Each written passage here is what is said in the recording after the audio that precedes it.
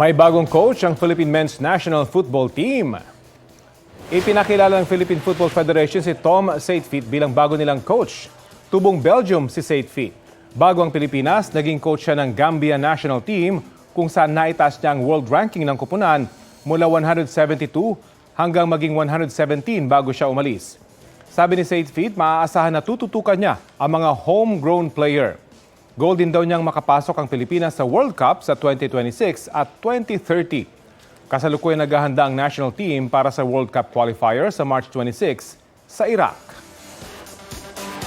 Kapuso, alamin ang maiinit na balita. Bisitahin at mag-subscribe sa GMA Integrated News sa YouTube.